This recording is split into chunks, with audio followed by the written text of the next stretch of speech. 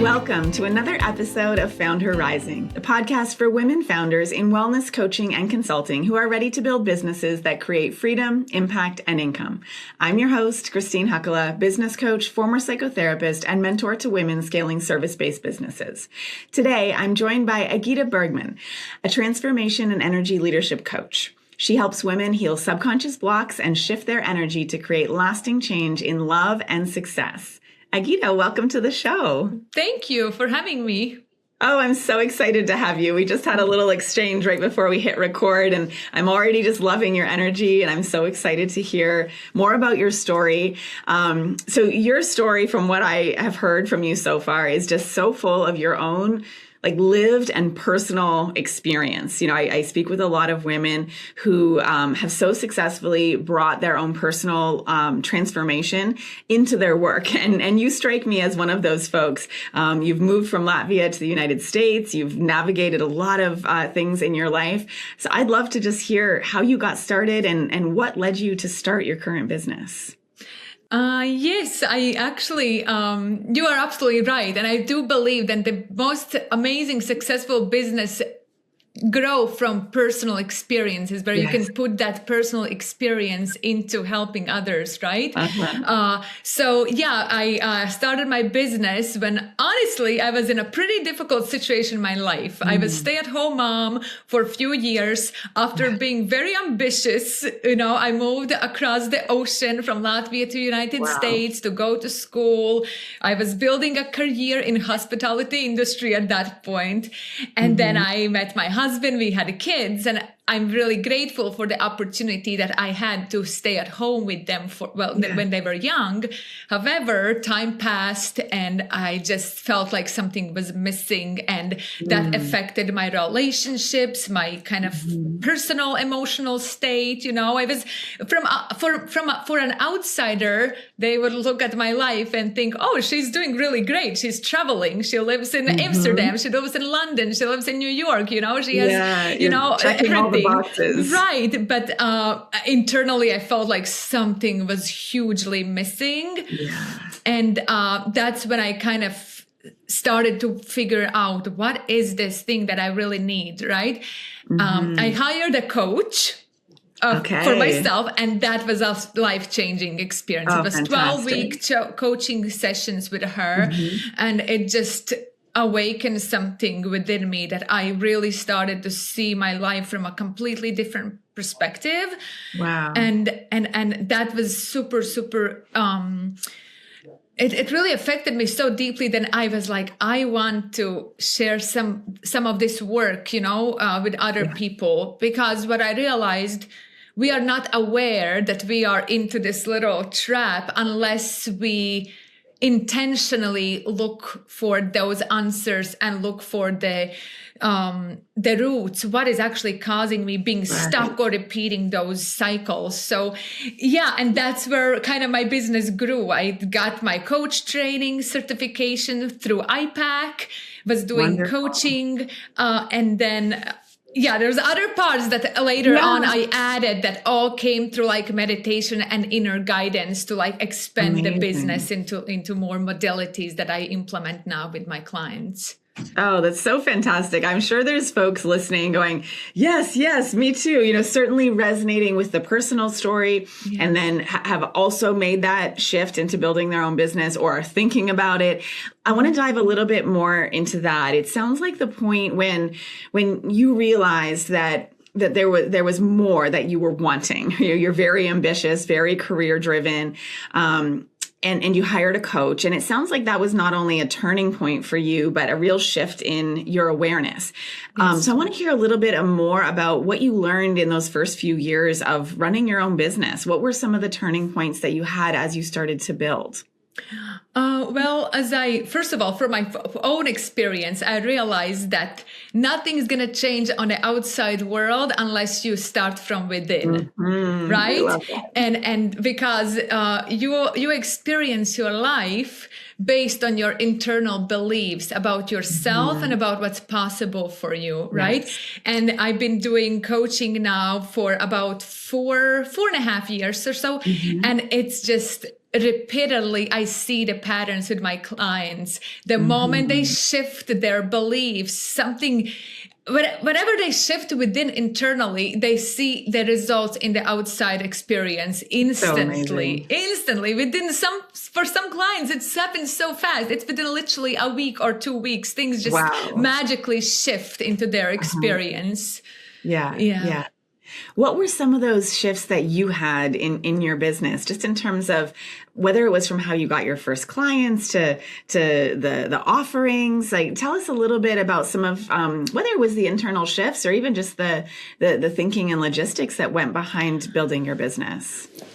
Yes. So as I mentioned earlier, right, I was inspired to start this business because of my personal challenges, right? And that was the reason, that was my why at that point. So later as the time went by, it almost became like, I'm doing this to make money, right?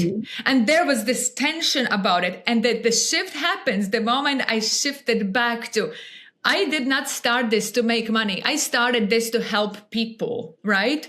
So, and that shift changed everything because it was no longer a selfish reason I need to make money by doing this, but it shifted in more expansion to, I am doing this to help people. And the moment we kind of let go of that tension, the selfish intention, right? Yes. And we shift into the service, how we can help others. The tension kind of releases from from our body, from our energy, whatever we want to say. And then there is a flow of the abundance to come in and share from both sides. So that was the biggest shift from how I can make money doing this to how can I actually help. And in that process, it opens up, the abundance the gates to abundance opens up when that shift happens, because it's no longer based on lack. It's based on abundance, right? I'm sharing this with others. Yes. I love that you brought this up, and I love how eloquently you speak about this shift. And full disclosure, it's one of my favorite topics, is talking about how to build a real values-aligned business that is also profitable and sustainable. Right. And I don't know how it is for you. A lot of the women that I speak with have these ideas that have been put onto them, that sometimes are even unconscious, that building a profitable business that earns the kind of money that we each need to live our most abundant lifestyle, to even pay for our bills, to pay for our kids' college, to fund our own retirement, to have a trip or two a year. There's this belief sometimes that being of service and doing the thing that we're passionate about, that our heart calls us to, that we genuinely want to do to help others, can't go hand in hand with also building an income-driven, profitable business. And a lot of women struggle to recognize that these two, it's not only that they can just coexist together, but that they have to, because unless we have, a trust fund, which, I'm speaking for about 99% of us out there that don't, they have to coexist, because otherwise we're stuck in this horrible position of having to choose between doing work we love that isn't sustainable because we're not earning enough to support ourselves and our family, or we compromise our values and do work just to earn money that we're not aligned with. Yet, one of the conversations that I have, and something that as you can probably tell, I'm so passionate about, is the fact that not only can those two things coexist together, but that they have to. Can you speak a little bit about your experience of that? Yes. So, but I would like to answer this question by saying, first of all, I'm very, very spiritual. I am not religious, but I am spiritually guided. And this is really interesting because I was thinking about exactly the same what you were just saying, right? How we can, how those two things can exist, the materialistic drive versus the, you know what, I really want to just help and create a good business that comes from heart, right? It's not like a shark. I just need to go and fight for this to make money. I actually I love to get these massages with my massage therapist on a monthly basis. And I was actually going into the massage. I was asking this question, how I can, how this can actually financially benefit what I'm doing. And like you said, those two things coexist. Yeah. And I know it's a really spiritual answer to give to this question. But I love it. I'm here for it. But as I was doing the massage, the message kept coming through. God will provide. God will provide. God will provide. And like I said, I'm not religious in that sense. Yeah, I'm very spiritual. But that message kept coming through. Like, don't worry. Just share the good work. Have the good intention and God will provide. And when we kind of look back, I actually wrote this in one book in the past. When we kind of look back, when we were kind of in a really difficult periods in our lives, right? Everybody has been in that type of situation where it's like, oh my gosh, there's nothing I can do. Like, I'm totally like, I don't know what to do anymore. Somehow, in some way, people always get through. And that's what I always say, right? The divine power, whoever is it, the source, the God, whatever we relate to, right? However we relate to, will never let us suffer forever. It's always like a temporary season, right? We just have to go through, and that's going to help us grow. It's kind of, in a moment, it seems like this is like breaking me down, why this is happening to me. But every time people come out of a difficult season, they can look back and say, hey, this happened for a reason because I grew. And I'm sorry, I'm kind of like going in a different direction with this answer. But I always know if we have a good intention that comes from our heart, we want to help, that message comes through. God will always provide, you know, because sharing the goodness will always be recognized eventually.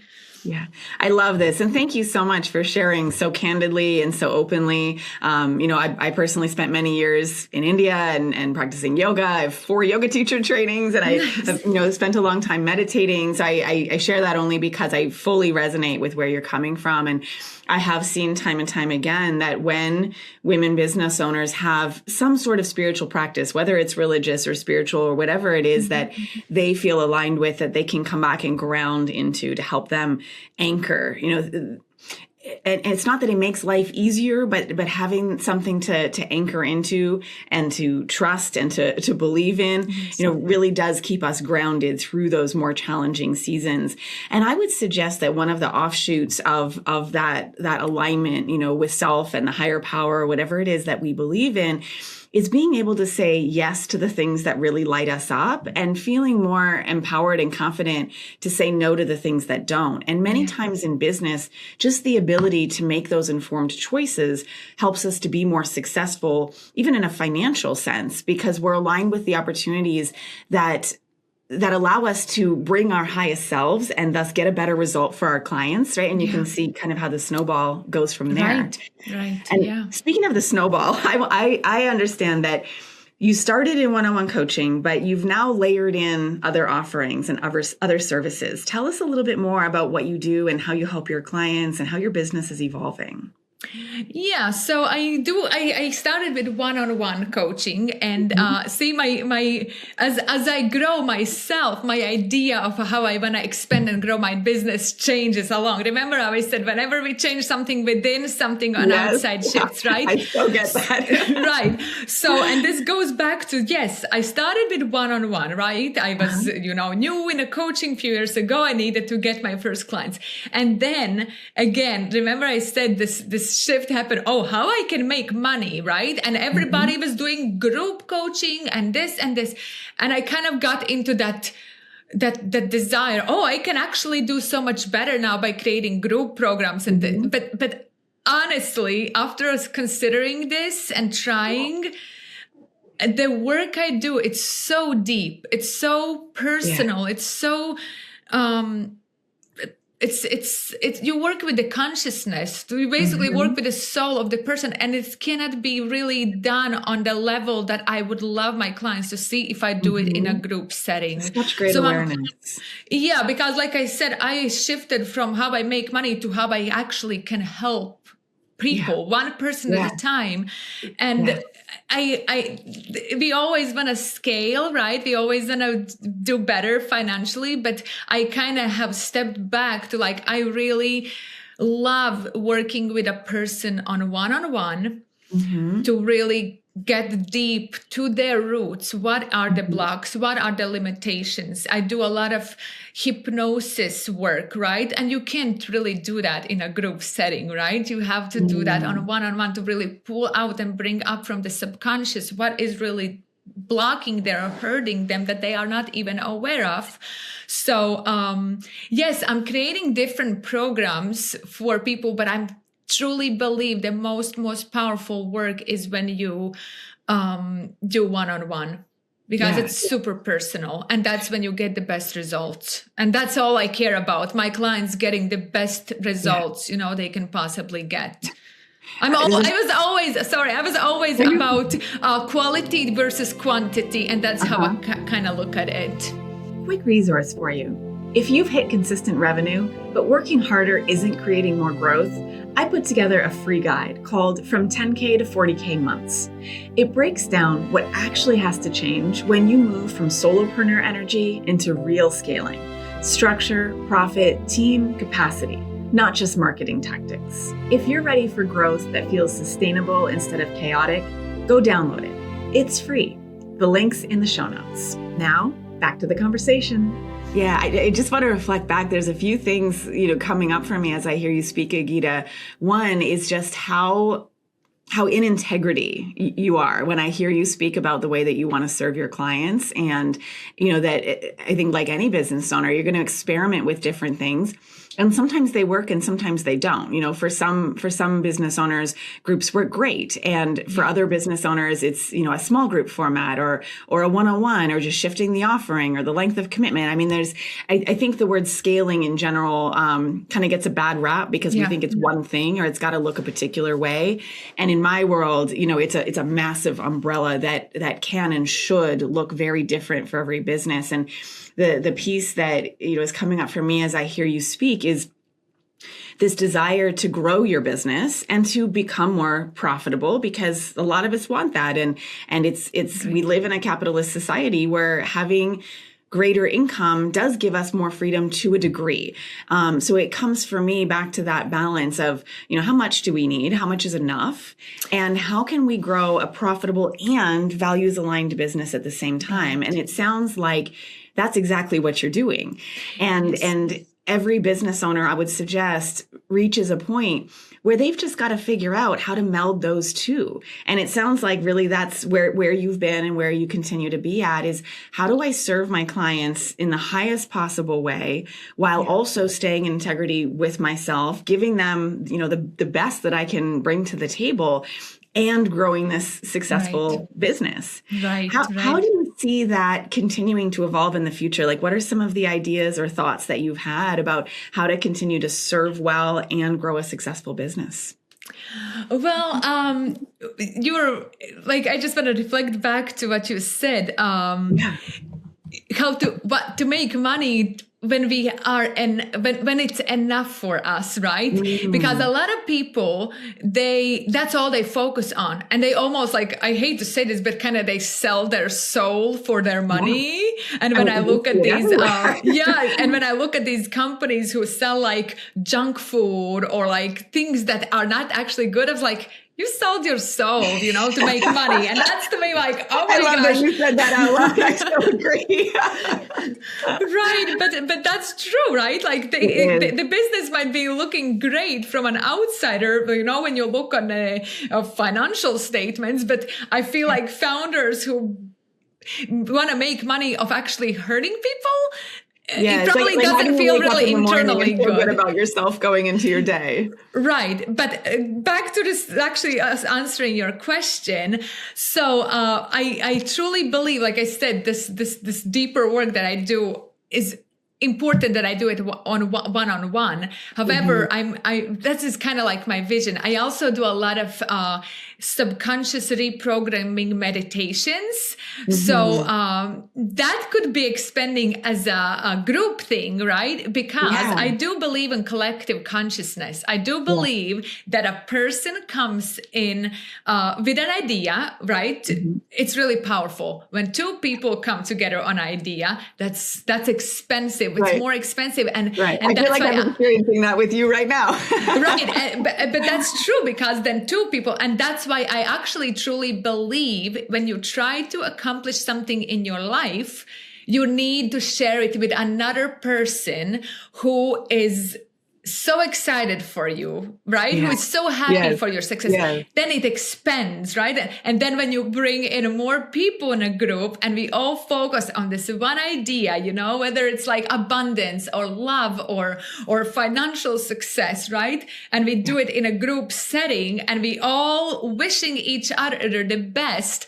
It's just like, you can't beat that, you know? So in that sense, yes, that's kind of like my vision, to expand it and scale because of that reason, because of the collective consciousness, creating even better, bigger benefit for everybody, not necessarily because I just want to grab more money for people, you know, do you see? Like, Exactly. But again, finding that balance, right? And I find, I'm loving this conversation, first of all, Agita. Thank you. And also I find so often that when we get out of our own way and just trust that there is a way to stay in alignment, to serve in the highest possible way, and also grow a really successful business, that we really believe that all of that is possible, even if we can't see how, that through conversations like this and through our meditation and our spiritual practices, we will live into that.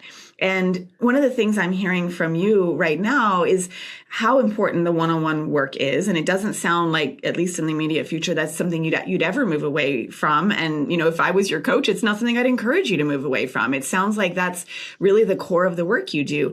And at the same time, you know, as we feel into it, even though you may not know exactly what it looks like, and I'll speak from my experience, having been involved in yoga communities and meditation communities, I've certainly experienced the benefit of also doing that in community, doing that in group with other people.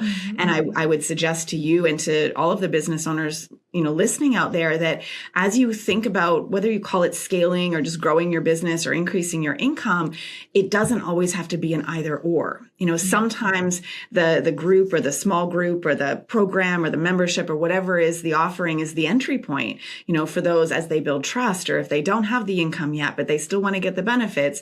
And then the one-on-one might be the higher end, you know, or the other way around, that we have more exclusive memberships with our clients that we've built long-term relationships with, whereby we connect them, you know, and those are just two examples. There's so many ways this can look. It's a great idea. I love what you're sharing. It sounds amazing. So we've talked a lot about, you know, like the vision and how that's come into fruition. What about some of the obstacles? Like, what are some of the challenges that you've experienced along the way that you've had to learn about, like, being a business owner? Right. Yes. First of all, yes, the whole basic business, running business, it was challenging, right? Even though I grew up with a very entrepreneurial mindset family. My dad probably built like 20 businesses since when I can remember. He would always get, and I kind of got that entrepreneurial little mindset from him, and I'm really grateful for him. He's amazing. He's 60 years old. He still plays hockey, still plays tennis, and that's what I like. The physical activity is like gold, you know? Yeah, what a great role model. But going back to challenges of business. Challenges, yes, sorry. My mind is racing sometimes. Challenges of the business. Yes, the business, setting up the business and implementing all the systems, that's challenging. The other thing is sales, right? I mean, I think that's like one of the most kind of challenging aspects for a lot of entrepreneurs. Sales, and especially coaching and inner healing kind of, you know, service, because it's nothing tangible that I'm selling, right? People like to pay money and get something and they can hold it and look at it and they have it. With mindset coaching and inner healing, you literally have to take the leap of faith, right? Like you have to invest money for yourself without really even knowing what it's gonna, like I don't know even what's gonna happen. I just know their life is gonna improve. I'm 100% sure, 100% sure their life is gonna improve. But in what ways? We don't ever know, because we don't know what their journey is. I know our higher selves always gonna guide us to the most incredible life we can have, but we have to be open to that, right? We have to trust, we have to drop the ego.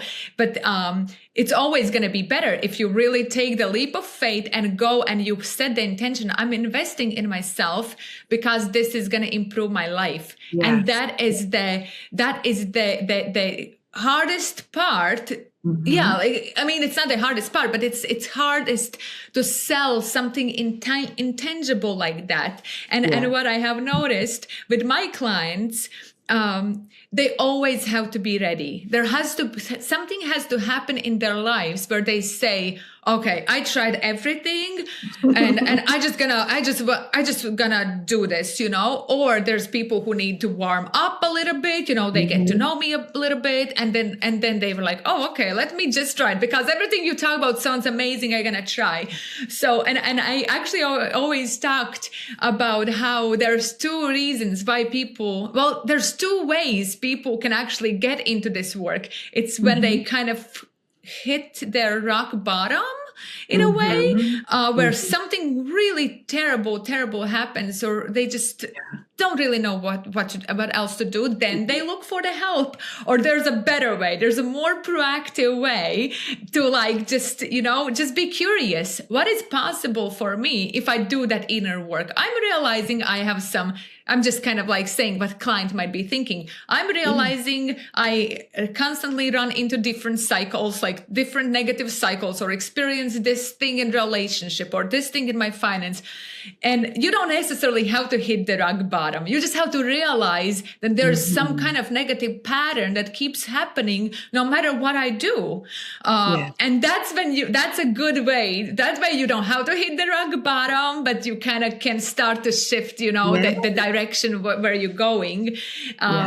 So yeah, I'm sorry. I'm always like talk a lot. You don't have to apologize. From the original question. Off each other here. I resonate entirely, and I had my own private therapy practice for 6 years, and I saw the same patterns in clients that would come, and the way they conceptualized it in the psychology world is just the stages of readiness. And one of the things that always stuck out to me is that, and it sounds terrible to say it, but if I certainly think about my own life, and it carries some weight of truth, is we often won't seek change or seek support or take that step, whatever that step is, until we're suffering enough, until the problem is big enough or we're in enough pain.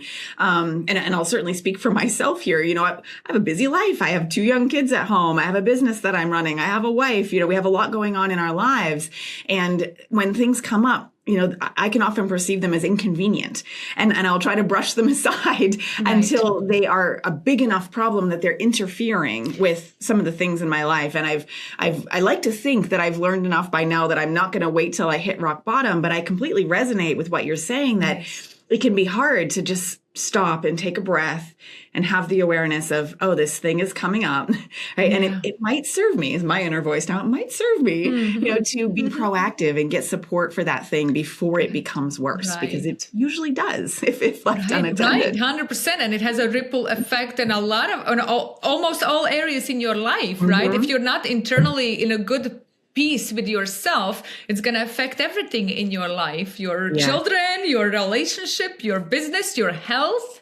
And it's not worth it. It's not worth it to wait. I agree. Yeah. I want to circle back for a sec, Agita. You mentioned about sales, and I really appreciate that you brought that up. It's another sticking point that a lot of female service providers struggle with, is this feeling like they have to sell themselves. And I also appreciate the distinction between selling selling a product versus selling a service. Many service-based business owners, not all, but many, are selling something that is intangible in a sense, right? We don't get to like hand over the thing in a nice box. It's a process and the results vary.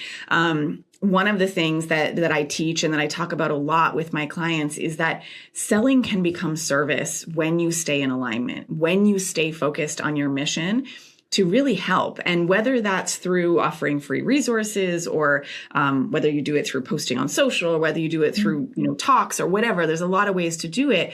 But getting yourself in front of the people who you can help most, who you want to help, and just being of service, being helpful, starts to build trust, build that likability, build those relationships. And you're right. So when those folks do reach that stage of readiness and they go, oh, I need help. And they look around and they go, well, who can help me? Right. The most natural thing to do is to go, that person who I've heard speak about this very thing who's already in my life. And when we focus on being of service instead of selling ourselves or selling our service or our product, it makes the sales process so much easier. And of course, there comes a point in time where we need to have that conversation of here's how much my service costs and are you interested? But when we have built trust in that relationship and we have provided value to that person that they've already received some benefit from, that conversation becomes so much easier. Right. Yeah, you're right. You're absolutely right. And I even had the clients who took about 4 or 5 months going back and forth. Agita, I kind of feel like I'm ready. No, I don't know yet. And I was like, okay, take your time, figure it out. But then sometimes I have to say, hey, sometimes you just have to take the leap of faith, like how long are you going to put, like you feel it, you need this, but you keep putting it off. Let's just do it, let's just do it and let's just see. And that's like, I love when they say, okay, fine, let's do it. Then I was like, I'm happy obviously for the new client, but the more happy I am because I know something amazing gonna change into their lives. I love it. It's like the hardest part is that lead up to making the decision to leap in. Yes. All right. One final question for you, because I know we're getting up on our time, is when you look to the future of your business and the service that you provide and the clients you support in the next 6, 12, 18 months, what are you most excited about? I am actually excited the ripple effect it's going to have on the people's lives and their family members and their work environments, because I know this type of work, when we change something within, it undeniably has a ripple effect on the people in their lives. And for me, it's about children the most. When parents heal their inner wounds, it goes down onto their kids, right? In a positive way. But if they hold it back, and I just, the work that I'm doing, what excites me the most and looking in the future, how it's about the next generation. It's about the children, how they're going to grow up with a healthy, happy mom or a, healthy, happy dad, because the mom is happy and the beautiful environment in a house is nice, and it comes from within.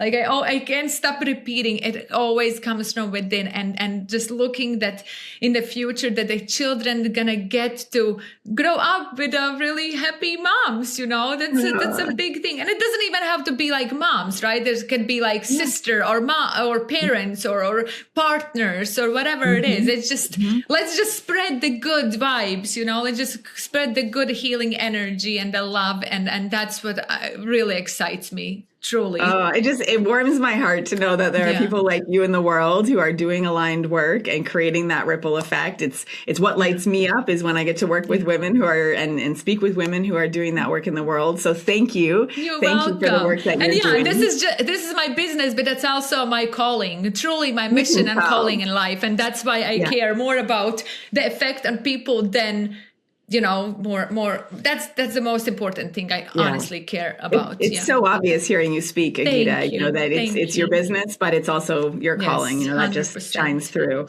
Yeah. So I'm imagining that there are folks listening who are interested to learn more about who you are and the work that you do. Where's the best place for them to get in touch with you? They can find me on my website at blisswithinhealing.com. I also have an Instagram account, bliss _healing_coaching.